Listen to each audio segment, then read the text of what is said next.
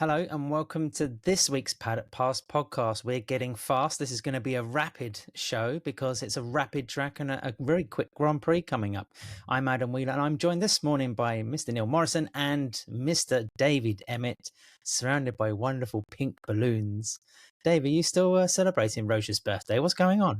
Roche's birthday is not a single day event. It is spread out over multiple days because she's an extraordinary woman who deserves an extraordinary celebration.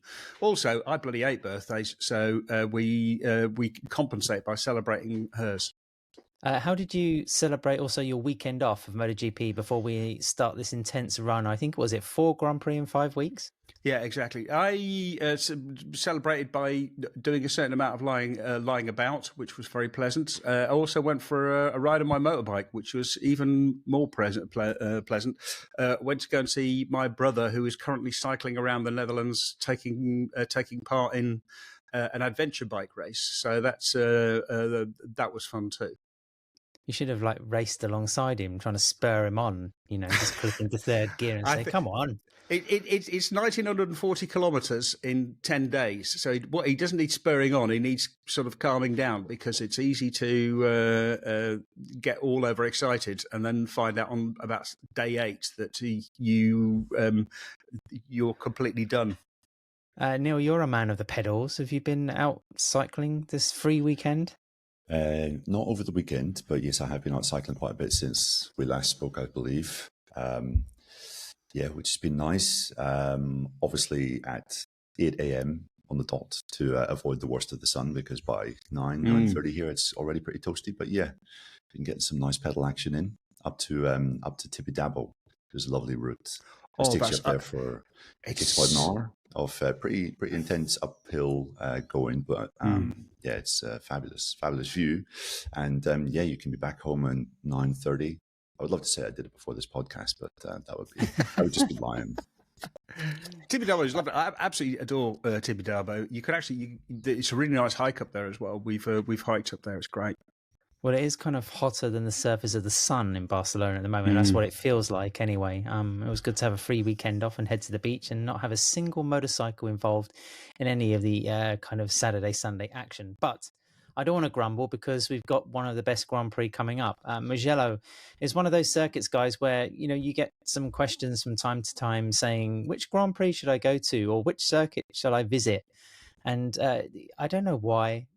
Maybe it's just the setting. Maybe it's just sort of the flow. It is like a piece of spaghetti that's been draped across like a sort of shallow valley setting. But Mugello just always seems to stick out in the mind. And I think if you haven't managed to wander down sort of to San Donato, turn 1 at Mugello to see MotoGP in full flight, then it's one of those kind of special sites in the sport that you're missing. Maybe there are sections of the Isle of Man TT course, or there's a place in Formula One where you should go to really sort of appreciate some of the full essence of the series. But I think Mugello Turn 1 is right up there if you want the authentic MotoGP taste. Am I inaccurate in any of that? No, it's absolutely one of the. There are 2 truly great, just spectacularly great motorcycle racing tracks on the calendar, which are Mugello and Phillip Island. And then coming up, we've also got 2 more of the sort of like the 1A level tracks with Assen and Brno. I was only honestly, look, you've got. Next week, you've got a whole week of being subjected to cathedral-based talk. So no, they're magnificent, and Mugello is a place where MotoGP bikes can stretch their legs and be ridden like a MotoGP bike. There are other tracks. If you go to Valencia, you're not really giving. They're not really giving a chance to sort of even rev out in top gear. They're not. They never really get warmed up, but Mugello demands everything from a motorcycle. It's just a magnificent place.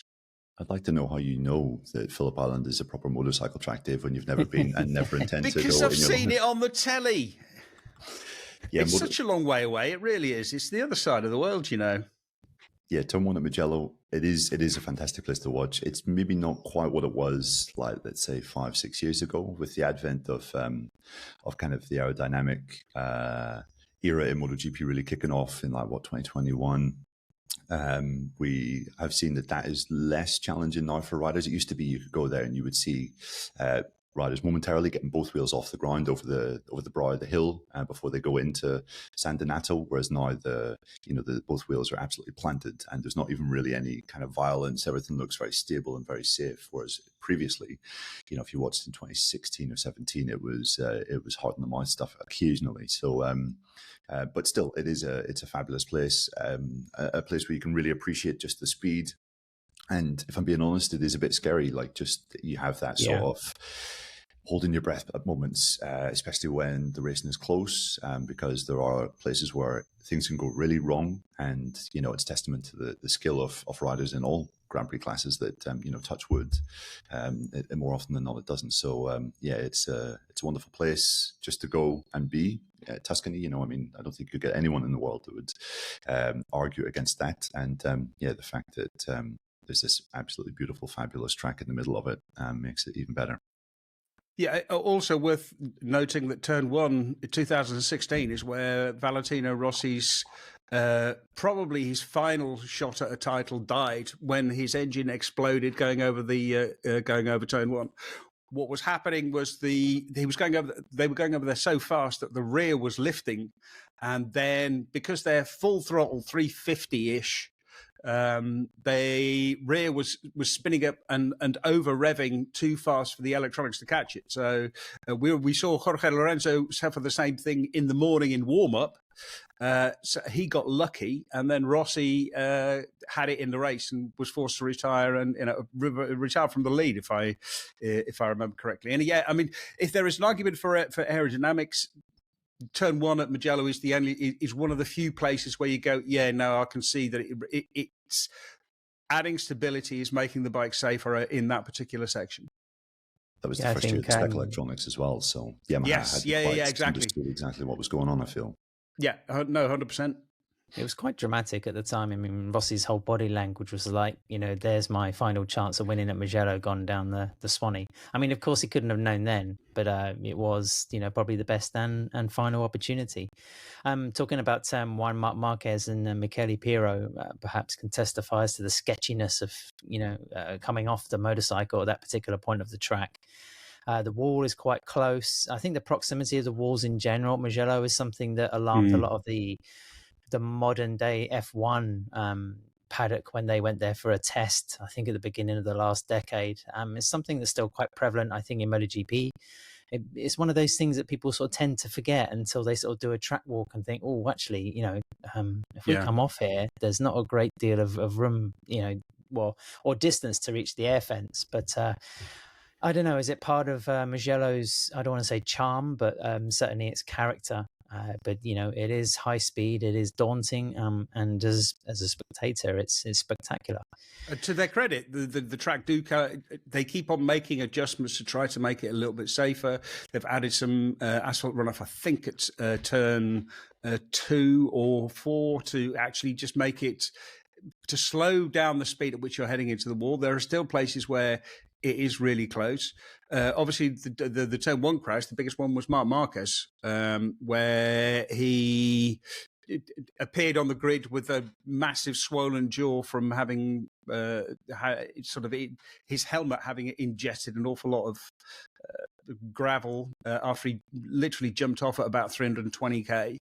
2013 now or 2014? 2013. It was 2013. Yeah. It was his first year, and because I interviewed him maybe a year later or 2 years later about going there, and in 2004, in 2014, he was saying, like, Santi was telling him, "You're rolling off over the crest." He says, "I'm not. I'm flat out over there." And then he showed him the data, and you could see he was rolling off. He wasn't even aware that he was rolling off, but that left a big.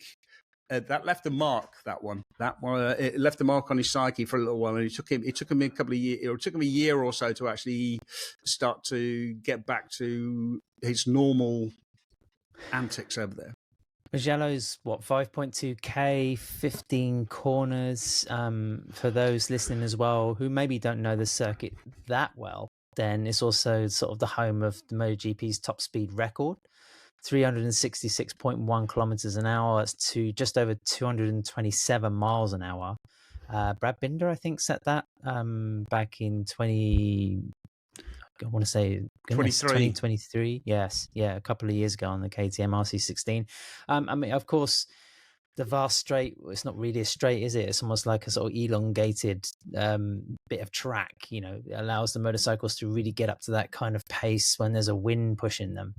But one thing, apart from the speed, I want to ask you guys is there's a strange kind of phenomenon at Mugello for consecutive wins. I mean, I think Rossi won there. You know, he achieved most of his victories in like a 6-year spread, or six or 7 years. I mean, Jorge Lorenzo had a fantastic streak as well from like 2012. He didn't win in 2014. I think that's Marc Marquez's only win in the Premier class in 2014.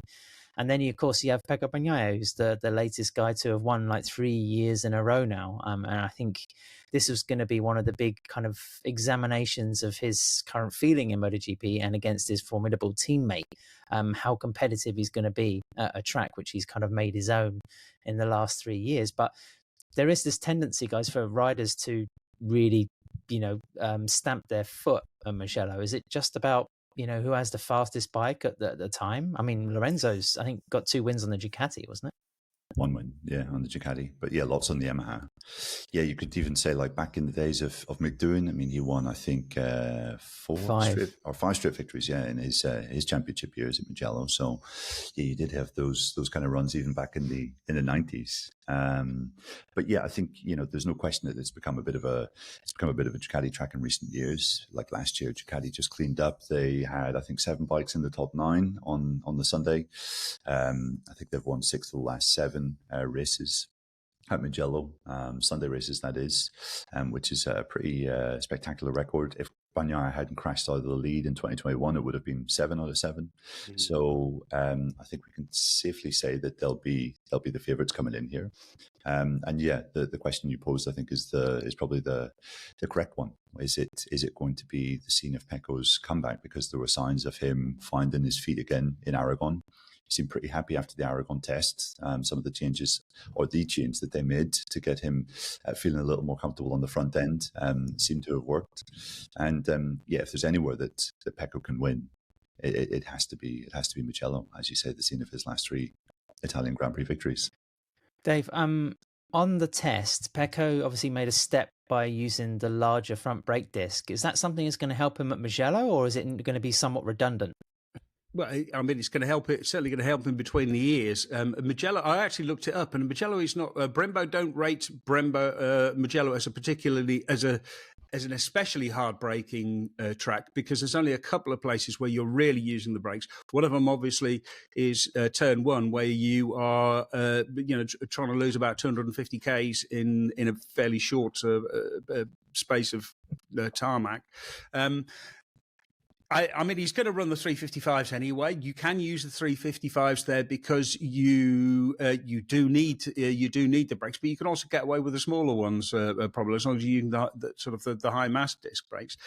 The biggest step was, I mean, between his ears, basically. He needed to get his confidence back, and when he was riding with the bigger discs, he felt like. He said it was basically it was the feeling in the lever, and I said this on the Note show at the time when we were talking to, and I think also on the Aragon show when I was talking to Peter Baum on the way in, and he was saying, it'll be something stupid. They'll change something in his brake lever or his brake master cylinder, and he'll feel better all of a sudden, because that's what it was. And it was literally that. It was just literally the feeling of being able to brake into the corner, being able to hold the brake on, feel the front lock, and be able to control that front lock, which allowed him to brake, do his normal trick of braking very, very deep into the corner. So I think he certainly, that step gave him an enormous amount of confidence, and that is going to make the real difference at Mugello as to whether he's competitive or not. Whether the brake discs make any difference to the bike or not, they make a huge amount of difference to the way that he feels about riding. Neil, Mugello memories. I was also doing a bit of research and looking up some information. So this is probably where I make a statement and you correct me, as per usual, on the Paddock Pass podcast. But I mean, there's this fantastic video I think on YouTube of the first Grand Prix to be run at the Mugello street circuit. Mugello used to run on like a vast street circuit around where the actual Autodromo is now based. I think part of the track was actually formed part of the Mille Miglia. But from the early 70s, when they broke ground on what is now Mugello race circuit, the first Grand Prix race was 1976. It was the Nations Grand Prix instead of the Grand Prix of Italy. Mugello has hosted the Italian Grand Prix since the mid-90s. And it was kind of interesting to see that the person who took the first pole position at that Grand Prix, the inaugural Grand Prix at Mugello, was Giacomo Agostini, but on a Suzuki. And I was thinking, when did he ride a Suzuki? But back in 76, I mean, that was just, right on the precipice of his retirement from the sport. Barry Sheene went on to win the Grand Prix in 76. And as I was mentioning, if you look on YouTube, there's some cool video of, the old track and Sheene sort of thundering around on that sort of RG 500. But I was quite surprised sort of to see that Agostini was actually sort of making these bizarre appearances. And also there was a Harley Davidson ridden by an Italian rider who tried to sort of qualify, didn't end up starting the Grand Prix. But what was quite shocking about looking at the results of the Grand Prix from that day was how many people retired. I think there was only like 11 finishers, and there was like 20 odd riders that didn't make it. So I think Mugello was already pretty demanding on the throttle back then. But Neil, sorry, from the slight tangent into history, I mean, is there a sort of memory that sticks out for you from Mugello, apart from just filling your face with pizza? Yeah, I have a very detailed memory of pretty much every single pizza I've had around a 2 kilometer distance of the Mugello track in the past 15 years, because every single one has been absolutely spectacular. That first one was that was a really good race between, I've only seen highlights of it, but I think it was Phil Reed and Barry Sheene that were fighting for the win. It was like 1/10 of a second that separated them at the line. And that was kind of viewed as Phil Reed's last great kind of showing in the 500 class after he had won the championships a couple of years earlier. But yeah, I mean, it is a track where there's so many amazing things to pick out, so many memories. So yeah, I'll try and keep it brief. But yeah, I think for some reason, like Fabio Quartararo's ride in 2022 stands out. When he was on the Yamaha, and the Yamaha was so hopelessly underpowered on the start-finish straight. And I think he qualified not brilliantly and was kind of up against a big horde of Ducatis, and he was just making these absolutely wonderful overtakes around the outside, inside, through the kind of high-speed chicanes. And Bagnaia had a decent advantage on him when he got through the second, but he still kind of tried to hunt him down and got the gap to like half a second on the final lap. And it was really like just a properly heroic ride. One of, I think, Quartararo's best ever in MotoGP. I guess an obvious one is 2006, that epic Rossi race when he was fighting with Loris Capirossi, Nicky Hayden, Danny Pedrosa, Marco Melandri might have been up there as well. And it was just one of those absolutely epic, massive brawls that lasted the entire race. And Rossi kind of got a couple of tenths over the rest of the pack on the last couple of laps, and then Capirossi got into second, and then there was this sort of like tense period where Capirossi was on the Ducati, was really reeling them in. But Rossi just managed to kind of hold them off. So that was a pretty special one. I think that still stands as one of Rossi's best ever wins. And then, of course, Danilo Petrucci's 2019 win was just epic on another scale as well. Also, best press release ever. Best press emotional. release ever. Yeah. Also, I think the only day that I've commentated when like terribly hungover, because Liverpool had just won the Champions League the night before. God. Oh, I remember you making me watch that. It was terrible. Yeah. And what was even more terrible was having to sit and do Moto 3 and Moto 2 warm up the next morning when my hangover was really kicking in. But the race after that more than made up for it. I mean, what more is there to say? Petrucci getting his first MotoGP win in this epic fight with Marquez, Dovizioso and Rins. And yeah, that last lap where he kind of, in a rather clinical way, sort of, Dovizioso ran a little bit wide, and Petrucci was third, and he went through on both of them and then held it off. And yeah, just his reaction to that win was so special. So yeah, I mean, those are three. I could probably go on for another 5 minutes if you wanted, but I'll keep it to three ads. No, I can't believe you've talked for this amount of time and you've not mentioned Andrea Dovizioso's victory when suffering with food poisoning. I mean, I thought that would have been squared away in your heart as like a very special MotoGP memory. You didn't even mention it. It was a great one. Yeah, that was a class one as well. And also even the year after that, like Lorenzo's first win Ducati after he had decided to leave, and then basically announced on the Monday or the Tuesday after the race that he was, or it broke that he was going to Honda. I mean, that was a pretty special weekend as well. I think Ducati sort of, after the race, went back to Jorge to say, maybe there's a chance that you could stay on. And he just no, did it was the little Claudio Domenicali the finger. Yeah, Claudio Domenicali and Parc Ferme kind of looking at him thinking, oh, we might have made a slight mistake or we've been a bit hasty here. The body language was very awkward. Yeah, because Domenicali before, I think in the week before, Mugello had said, Jorge Lorenzo is a great rider, obviously, and then sort of criticised him a little bit, and then Lorenzo said, "I'm not a great rider, I'm a great champion," and then not really just a great rider. Yeah, exactly. He absolutely rubbed his face in it with that win, and it was a spectacular win. It was superb. You have to love the Jorge Lorenzo isms in MotoGP. We should like compile a little list. Everybody knows the value of Jorge Lorenzo. Exactly. He's the Johan Cruyff of MotoGP. What do you have a favourite pizza from Mugello, Dave? Not particularly. I mean, they're all good. This is the problem. There's a couple of. I mean, there's like a couple of places where we eat. We used to stay in a place just north of Florence, and so we'd get a pizza on the way back, and it's in this spectacular place, sort of like overlooking the valley, and the view was good, and the food was good, and I think was it some kind of a meatball, or there was something that Neil would always end up scoffing an entire plate worth. It's the prosciutto e funghi. It's basically 5 days of prosciutto e funghi, so that's it. But I mean, look, the great thing about Mugello, it is a fantastic track. So you do get things like, like Alex Rins going around the outside of people through what is it, San Donato and those sort of places. The swoop down through Casanova Savelli is just magnificent, and the passes that you see there, and also that you attempt to make a pass and then you find out that the front tyre doesn't have as much grip as you thought it had, and you're picking gravel at your teeth again. So it's just a wonderful place. Still to come on the Paddock Pass podcast, we have a special exclusive interview with Joan Mir. We're going to be talking about a couple of the little bits of news pieces that have surfaced in MotoGP in the last week or two. But first of all, a reminder that we're backed by Renthal. So if you go to renthal.com and you want a new accessory for your street bike, then just simply log onto the website, enter the make and model of your motorcycle, and thanks to the Fit My Bike tool, you can select exactly what you need and you get it delivered ultra fast.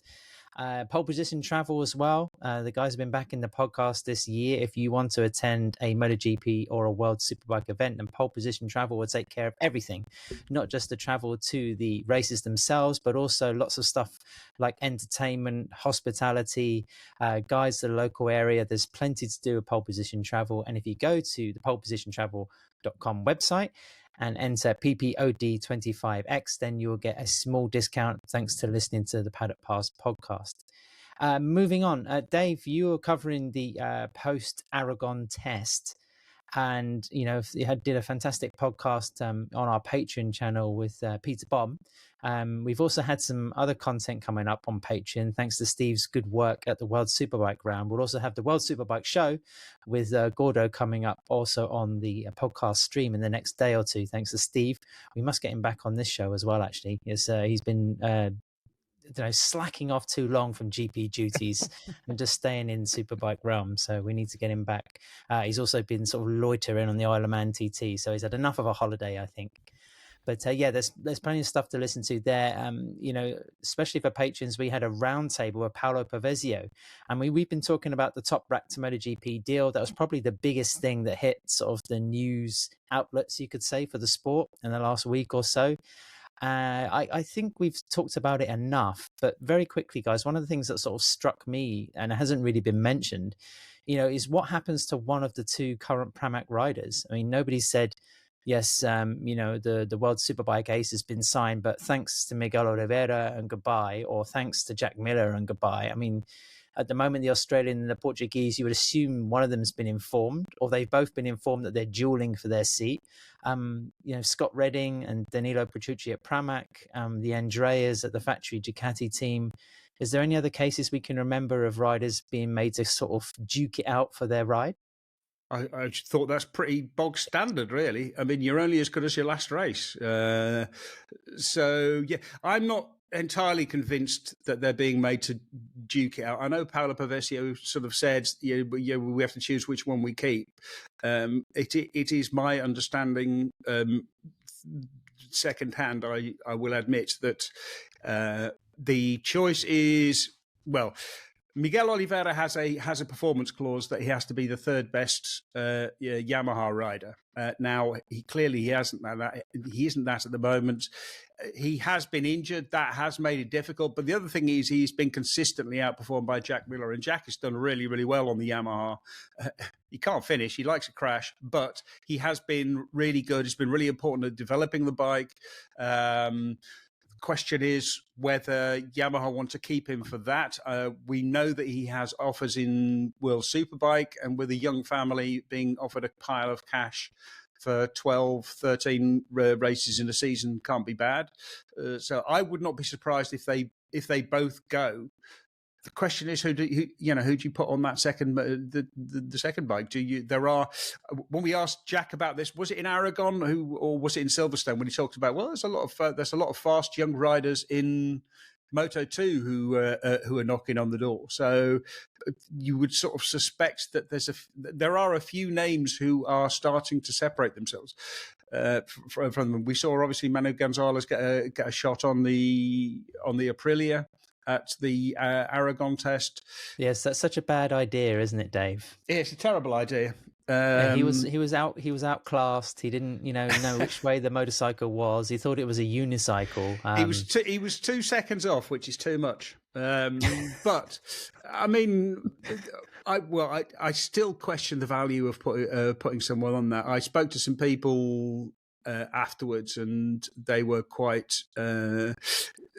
They were quite sort of impressed by what he'd done. They said that he'd gone through everything. Obviously, he also had a crash, which was not great, because he had sort of some lovely shiny new black leathers, and then he went out in the morning and crashed and had to put his old Dynavolt leathers on. And that's the risk, really, if you're in the race for a championship, that you get a test on something and fall off and hurt yourself.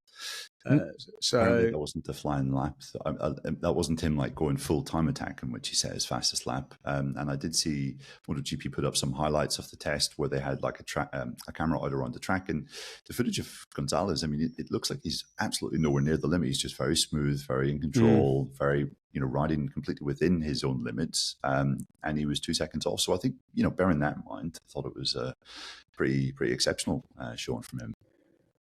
Neil, just to track back a moment, because I mean, Gonzalez obviously gave himself a major boost there for his MotoGP potential. But going back to the Yamaha subject for a moment, I mean, who would you be tempted to keep out of Miguel Oliveira and Jack Miller? And I mean, Dave says, there's nothing wrong with letting them scrap it out for the seat. But then at some point, I mean, we're not talking about riders that are going to be left jobless. I mean, if, say, Jack Miller has an offer from Honda, they're not going to sit around and wait until perhaps, the end of July or August for the Australian to make a call. I mean, there's other parts of the sort of moving jigsaw, if you like.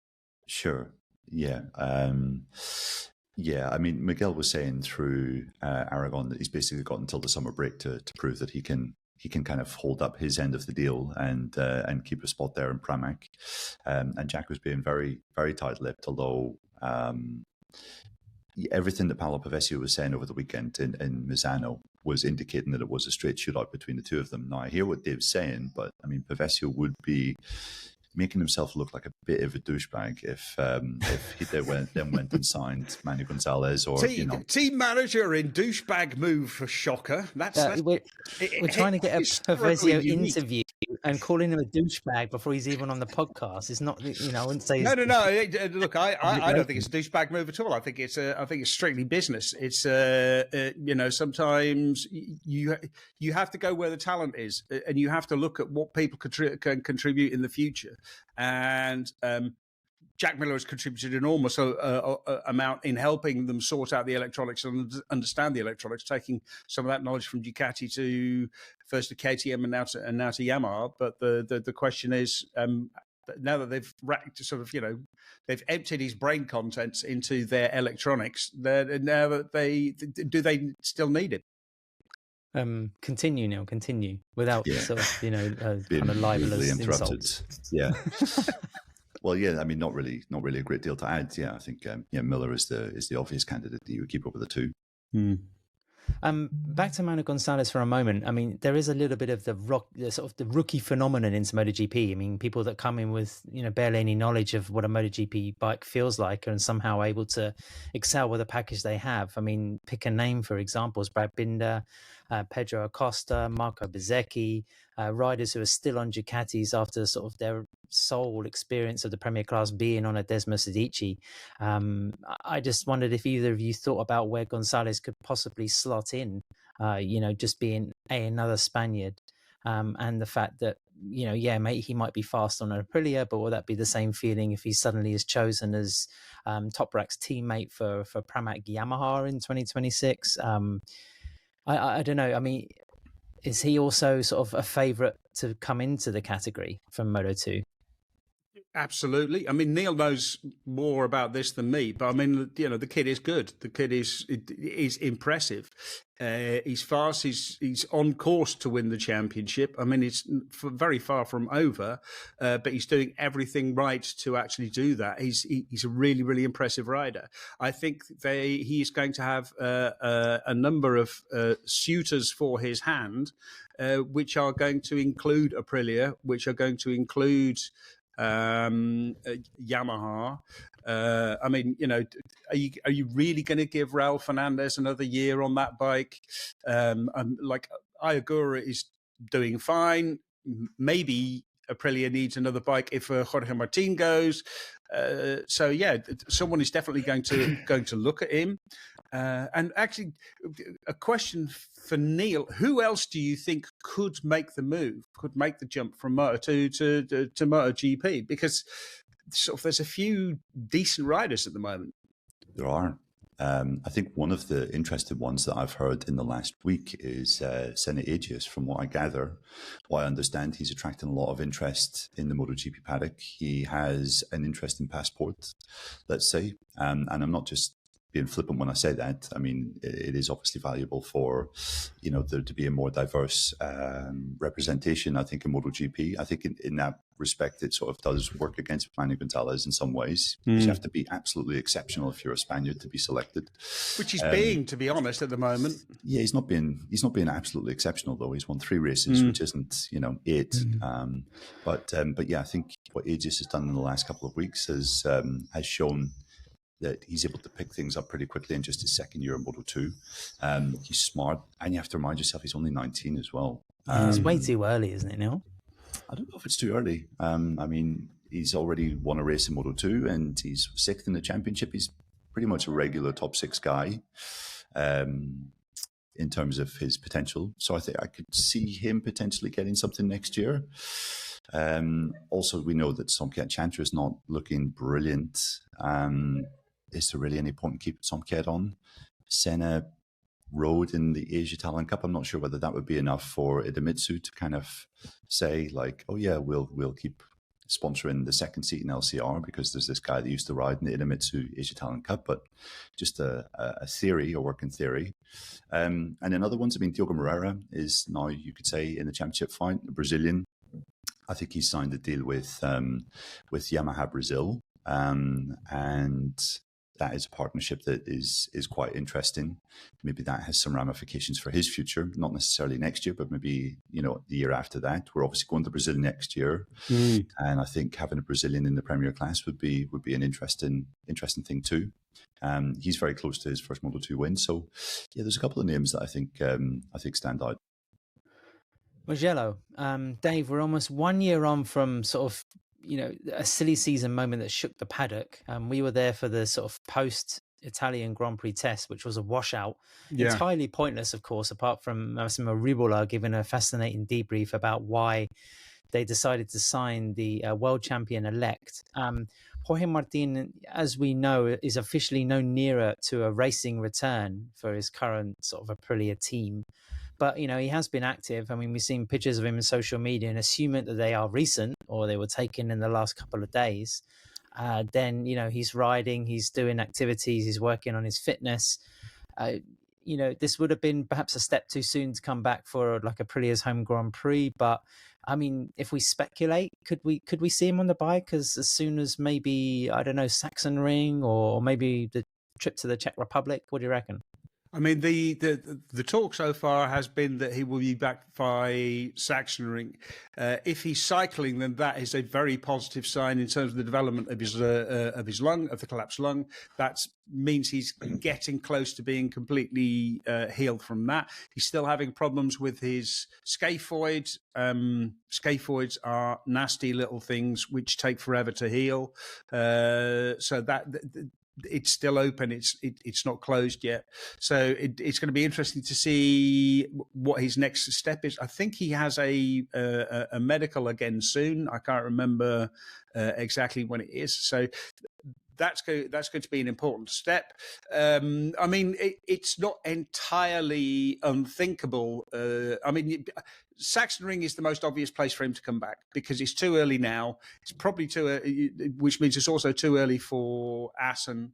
Sachsenring will give him basically another month, 3 weeks to heal, to get back to something. Sachsenring is a bit of a gnarly track to come back to just because it's so tight. On the one hand, you don't have the high speeds, but on the other hand, you do have, the waterfall. Was it turn 11 where you're flicking the bike onto a cold right-hand side of the tyre for the first time in sort of, a kilometre or a half or 2 kilometres. And the bike has a tendency to decide that what you really want is a nice trip through the gravel. So I'm not sure that would be a smart place. But then again, Brno is a big, wide track, but it's also, again, very, very fast. So no matter when he does come back, it's always going to be tricky. And I think it would be good for him to get back as soon as possible, just in terms of his confidence. And if he's cycling, then things are looking very positive. Top speed. And Neil, you mentioned, Mugello, Mick Doohan taking those 5 wins in a row from 94 onwards. I mean, the NSR 500 was, undoubtedly the motorcycle to have in 500cc GP racing at that time. How do we feel about Honda's chances? Because, we're going to hear from Joan Mir in a moment in an interview we recorded in Aragon. He took his best GP finish since, India 2023, as we said, in the post-race show in Spain 2 weeks ago. And, Joan Zarco, of course, is, sort of lodged himself right at the top of HRC's pecking order as the outright performer in 2025 so far. But would we say that, this bizarre situation of Honda being one of the slowest bikes through the speed traps, is that going to be a big hindrance in Mugello, or has their newfound turning capabilities going to equal it out? Any thoughts? I mean, I think having some front-end confidence and front-end stability is definitely more important to run Mugello than outright top speed. Just ask Alex Rins. Previously mentioned Fabio Quartararo. He was able to do some miraculous things by way of having a planted front wheel. And yeah, I think Mir was saying this at the test that should bode well for them.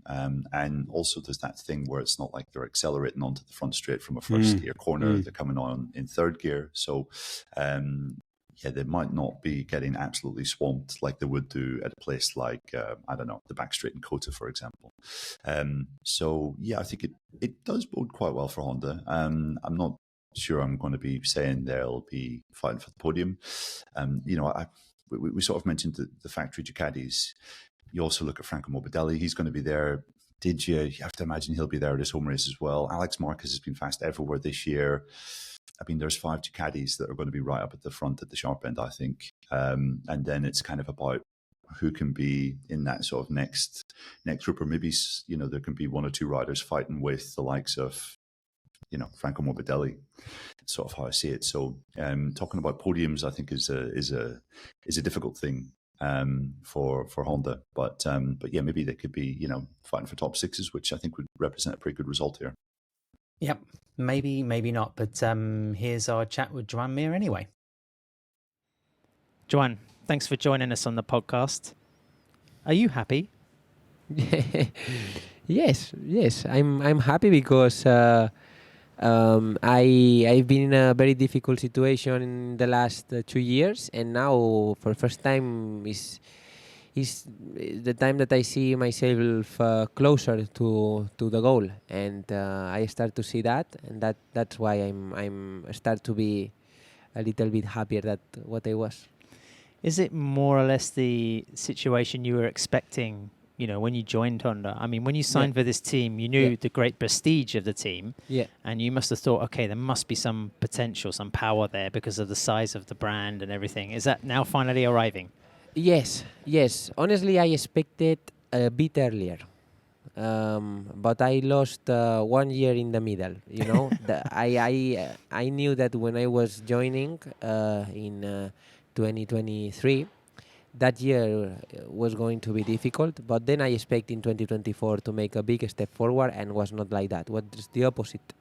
Was even more difficult to 2023, and then the step that we've made now in 2025 is huge. It's huge. The bike now is a lot more rideable. I feel myself that now we compete with the others. And that makes me happy, but honestly not satisfied with the results, let's say, because the result hasn't arrived yet. I hope that we will be able to get that soon, but at the moment I think we have every piece of the puzzle. The puzzle, of the puzzle, but we are not able to put it together at the moment. There was something you said recently in a media debrief where you said you feel you could push again with the bike, which I thought was probably the most positive thing you said in the last 18 months, because we kind of haven't seen Joan Mir, the rider that we know, in the early days of MotoGP, and the guy that was so strong coming up and showing lots of potential. So that must be like liberating, right? That must feel good again. Yeah, I'm still not able to ride how I want and how I to explode 100% my skills as a rider. I think that there's still some work to do, but now I'm a lot closer to do it. Now I'm able to brake where I want. I'm able to go into the corner with a very good speed, but then something is missing. Then the area that in the past I was super strong, here I'm struggling a lot. That is the area of opening the throttle, feeling the rear tire spinning, picking up the bike. Is something missing there between connection, engine, and myself. That is a bit what is going on now. Also physically, I mean, you've been on the floor a lot, unfortunately, just trying to find those new parameters for riding. How have you dealt with that? Because that must also be something, at the end of the weekend we think, not only does it hurt me mentally, but also, Hopefully I don't get hurt, and this is something that you forget very quickly. If you crash and you don't get injured, you don't think so much, and that I've been lucky. But mentally it's tough. Mentally, I will not lie, it's very tough. Has been more difficult on the past in the previous years, because now I think that I accept the situation where I am and this, but before I could not accept it. Yeah, there was a period where you looked like you were kind of finish with racing. I mean, I don't want to take this interview into the dark places of, that you've experienced, but I'm interested to know how you kind of would deal with the fact that you can perform how you wanted, because I imagine you as an elite athlete, you're doing everything in your power to be as fit as possible, as ready as possible, and then when you come to the track and you're not able to express yourself, that must be hard to reconcile. Yeah. Well, I'm not. I think you know me a little bit, and when I'm not a rider that enjoy enjoy so much the racing itself and all the bubble that we are inside. No, I love riding motorbikes. I love pushing the bikes into the limit. But all the rest is difficult, and all the rest is winning. If I'm able to win, I enjoy. If I'm able to be in that mood of performance, of winning mode, or fighting for the winning, or fighting for the win mode. That is something that I really enjoy. But now there is a long time that I'm not there.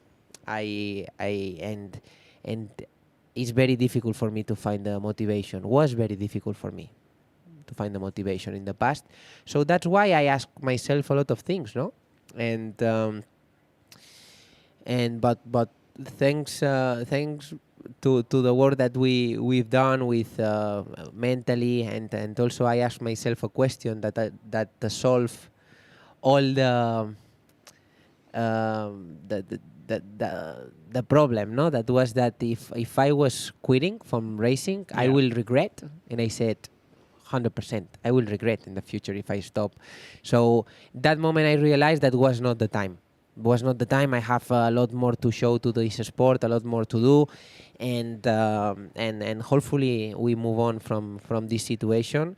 We have now 2 years to do it, and if it's not, I think will be time to think about something more, and we will see. You mentioned a moment ago about the big step. That must also be satisfying, because yes, maybe you're not fighting for podiums or a win yet, but you have been able to feel progress. I mean, that's ultimately also a goal, isn't it? Yeah, that mentally is enough to give you some boost to continue a bit more. You know, that's why I'm happy that to be able to, even with the struggle that I'm living in the moment, to be fighting for a podium in Silverstone or to have the chance to win in Le Mans inside myself also is something positive. Also in other races that we were strong, the fastest just in one session, and in terms of pace or that is now is enough. Now is enough to continue and to continue pushing, no, in terms of motivation. So yeah, hopefully we continue with that mood and we bring it to the level that we want. Joan, you're so inside the Honda bubble, but sometimes do you ever sit back and think, wow, there's a lot of people here, there's a lot of work, there's a lot of intelligent people. This is a pretty big effort to make a motorcycle fast. I mean, do you sometimes step back and think, whoa, this is pretty good? Yeah. When you see all the people that works in Honda, you think, probably to make this machine work is not as easy as it looks, no? And when as a rider, I'm a rider that normally give very simple comments, but the right ones, let's say, no? Give me an example. Give me an example. If you have problems with the grip, look, I open the throttle and I spin. That bit there is slippery. I just spin and it's slippery. Or if it's you have vibration, the bike vibrates in that corners when off the gas. But I don't. For me, I say that and I don't think about the solution because I don't know it. You know what? As a rider, is very difficult. Nobody knows what do we have to do? That's why we have engineers. So keeping it simple is actually, I try to keep it simple, but it's not. Joan, I started the interview by asking you if you're happy. Do you still get the buzz out of MotoGP? Since that sort of first season, do you still have like the ganas? Do you still have the energy to keep coming in this paddock, keep going in that pit box, keep zipping up the leathers? Is that really still there? Absolutely. Yeah. Completely. Now I want to go racing, and I want to compete. I'm glad to start tomorrow to see what we can do. And I this difficult period showed me also when I was in a winning mode, I was not a rider that I was celebrating a lot the victories, and in another hand, now I'm not a rider that celebrate a lot the losses when I lose. No, I don't like to think so much about what's going on when I win or when I lose. And this is I think an advantage in terms of move on from the difficult to reset and go again. To reset and go again. No, that is something that helped me a lot during these years. Joan, thanks ever so much for your time. Best of luck here in Motorland. Thank you so much. Okay, just coming to the end of the podcast here. One final subject we should perhaps touch on. Dave, at the test, one of the questions towards the riders was not only about the new front Michelin, which I think is due for like I don't know, a cutoff date, or whether it's going to come in next year or not. Yeah, the cutoff date has already happened. I mean, the cutoff date is basically Aragon test was the last test with the bikes. There was going to be a discussion and debate afterwards among the teams, and more or less a vote. It's going to be more or less democratic in the sense that if it was, 12 riders to 10 or whatever, then it would then that would be tricky. But if there's a clear opinion on one side. Opinions seem to be a little bit divided, but it does look relatively positive that the new Michelin will come. So we should find out at Mugello. I think Brad Binder was quite interesting on it. He said it feels like the tyre's flat, but then he says once you start running, then there was greater feeling, greater stability. I mean, he was quite positive about this new construction. Yeah, exactly. And also, like last year at the Misano test, Pecco Bagnaia was absolutely loved it. He wanted it sort of immediately. It is a bit wider. I think a 140 section is wider and flatter, and that makes it more difficult to turn. Marco Bezzecchi hated it because it made the bike much more difficult to turn. The bikes with a lot of aero are going to be the ones which don't really like it. Whereas, I think it could help the Hondas and the Yamahas, the bikes that can really use the corner speed, because there's going to be that much more grip from the front. So yeah, it's an interesting one. Like I say, we should hear at Mugello, but it wasn't an overwhelmingly clear yes from everyone or a rejection. Okay. Neil, just because we're recording this in the morning, we need to get Dave's heart rate going, get him revved up. Another subject from the test was the use of radios. I mean, Dorna continuing with the testing process or protocol, I guess you'd reference it as, in Aragon. And again, there just seems to be a little bit of a spread of efficiency of the system. I mean, Binder again was asked about it, and he said that, he found it pretty impressive. He said that the way that the technology fitted inside the helmet, the way that he was able to hear it, it wasn't sort of intrusive. But there were other riders where, you would assume due to the configurations of the helmets, the EPS, the architecture inside the actual lid itself, is a little bit more problematic, Johann Zarco being one of those. So tests need to go on, but this thing's going to happen, guys, isn't it? I mean, they're even at the point now where we're not seeing shoulder cams in MotoGP because they're using the humps of the riders' suits to store the technology. Neil, I just wondered, from the comments that you saw in the test, is there any more, has it changed your opinion at all? I mean, I'm sort of on the fence here. I kind of feel like my natural take is that it shouldn't happen, and that riders should be just allowed to race in peace. And that's one of the joys of motorcycle racing. You know, once the technicians leave on the grid, the rider is completely down to himself, and okay, he gets signals each lap from his pit board. But essentially, it's up to him to sort of make the difference and to understand exactly how to go about his race, to strategize, and that falls on his shoulders. But then also part of me is also very aware that we are in 2025, and we are looking for ways to make the sport more appealing to younger fans. And there's no question that while I personally don't like the F1 radio thing, you have to say it does add a kind of extra element of cool, interactive fun to the broadcast and what is otherwise pretty turgid racing. Exactly. If the racing is shit, then yes, you've got to find someone else something else to spice it up. Yeah. You know. Well, I don't know if you watched Aragon, Dave, but it wasn't exactly the most riveting sporting drama of the year. So this is true. So yeah, I'm sort of torn a little bit. I'm aware that MotoGP needs to try things to appeal to new demographics and new areas of fans. And I don't want to be all boomer saying, "Look at this is terrible. You're ruining my sport."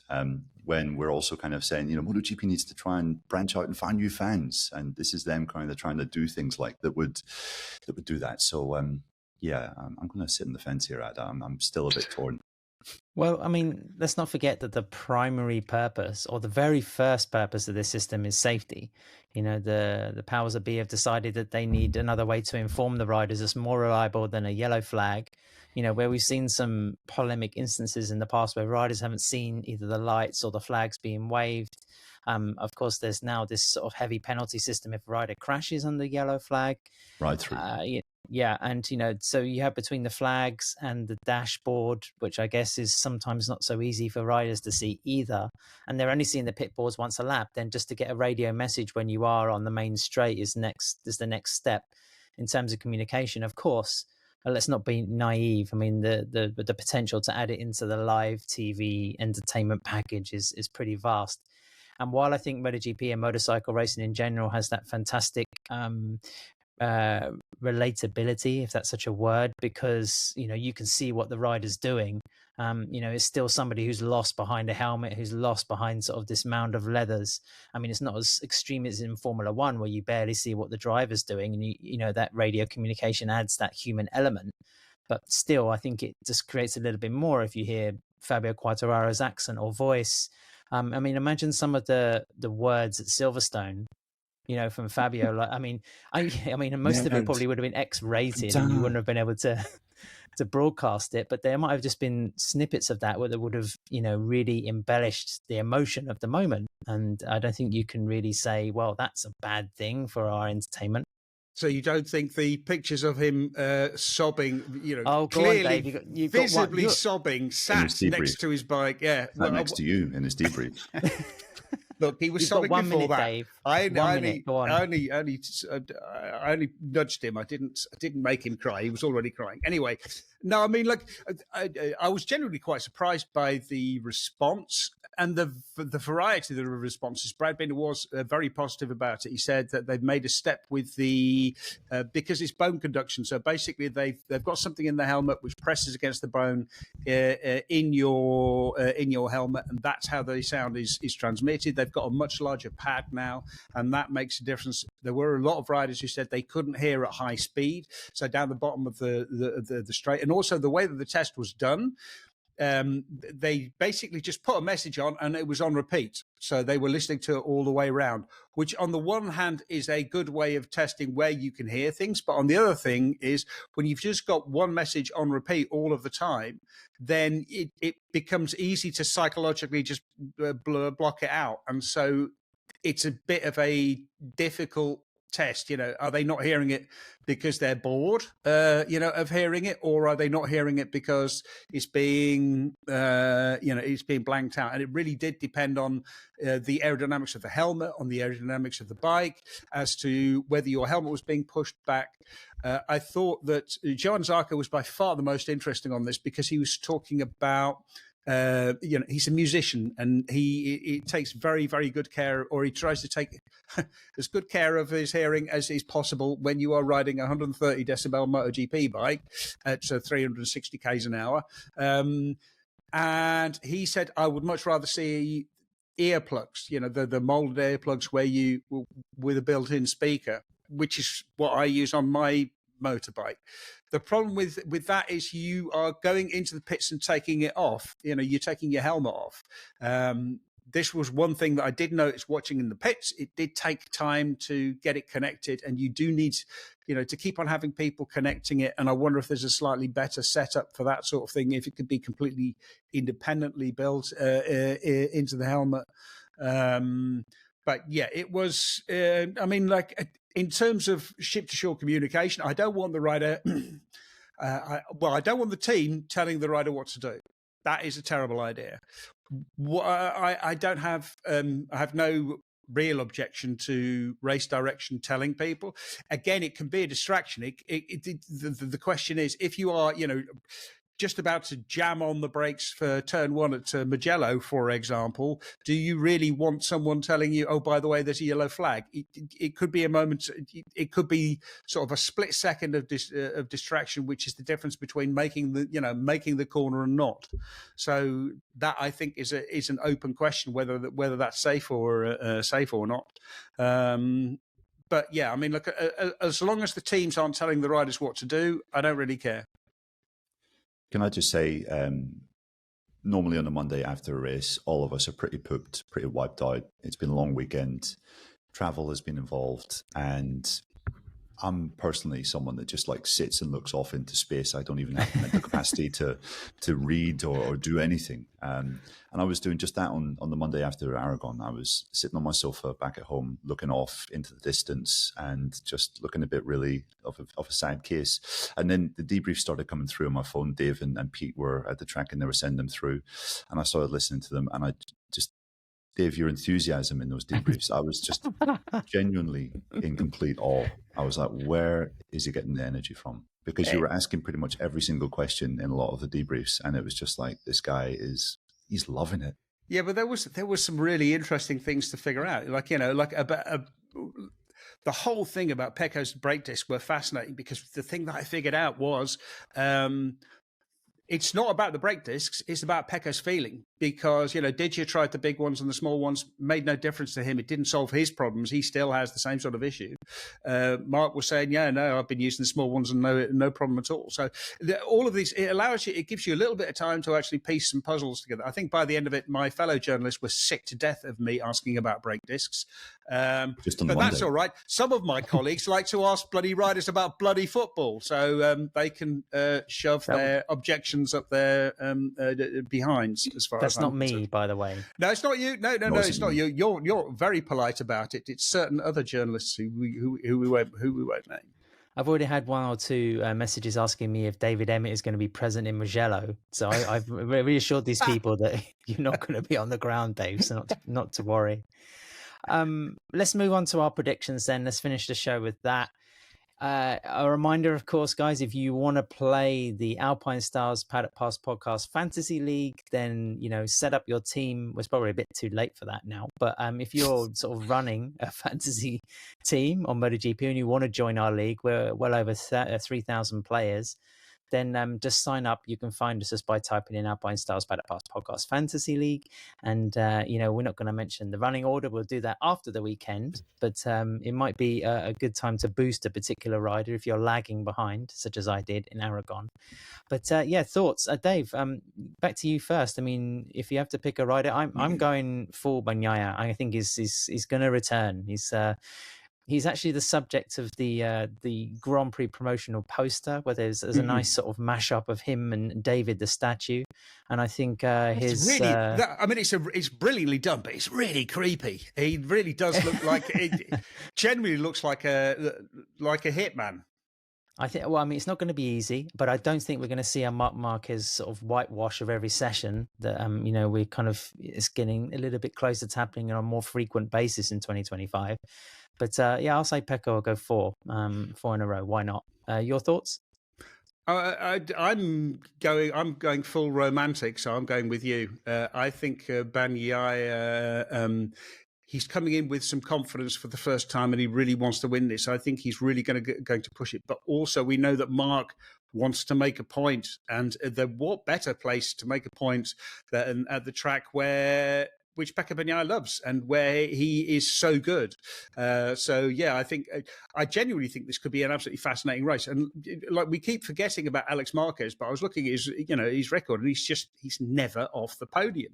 The dude is just, it's impossible. It's like he's magnetically attracted to it or something. He always ends up has shelf space at home to fill. Yeah, exactly. Yes, he's obviously just bought a new sort of trophy cabinet, and there's still like a completely empty row that needs filling up, and he's making haste, much to his credit. So yeah, I think it's going to be a very good race, and I think it's going to come down to the last lap, and I think that Bagnaia is just going to get it. Neil, prosciutto or funghi? Those little battered balls that it's like kind of pastry that they fry, and then you put a little bit of prosciutto around it, and then you have some cheese with that. That's kind of the offering that you're looking for here. But yeah, I hope it's a good race, because last year was terrible. I remember just the racing was so dull and terrible that and Mugello really shouldn't be about that. Mugello should be a place where you come to be amazed and awed, and I really hope that we see a return to that this year. So yeah, I think Marc's gonna be so fired up for this one, maybe more fired up than any other race. So I'm going Marc, Alex, Pecco for the top 3. Going to say Ducati wash. As we mentioned earlier, also, Dave, we haven't mentioned Fabio Quartararo. I mean, there is a good reason to believe that he could be. This should be a decent place for him. And let's see. Depends on the grip. Yeah, but the layout should suit him nicely. So I'm hopeful that Fabio might be able to get among them in qualifying at least. As we mentioned on the Patreon channel, Dave, there's your fantastic testing wrap up. So if you want to join us on there, then you can get that extra content, the Pavesio roundtable as well. We'll have some more. Don't forget our Paddock Pass podcast note shows that we'll be doing daily from Mugello. So if you want to find out who said what and what we've seen and our opinions on a daily basis, then join us on Patreon to be an insider or an expert to get that additional content.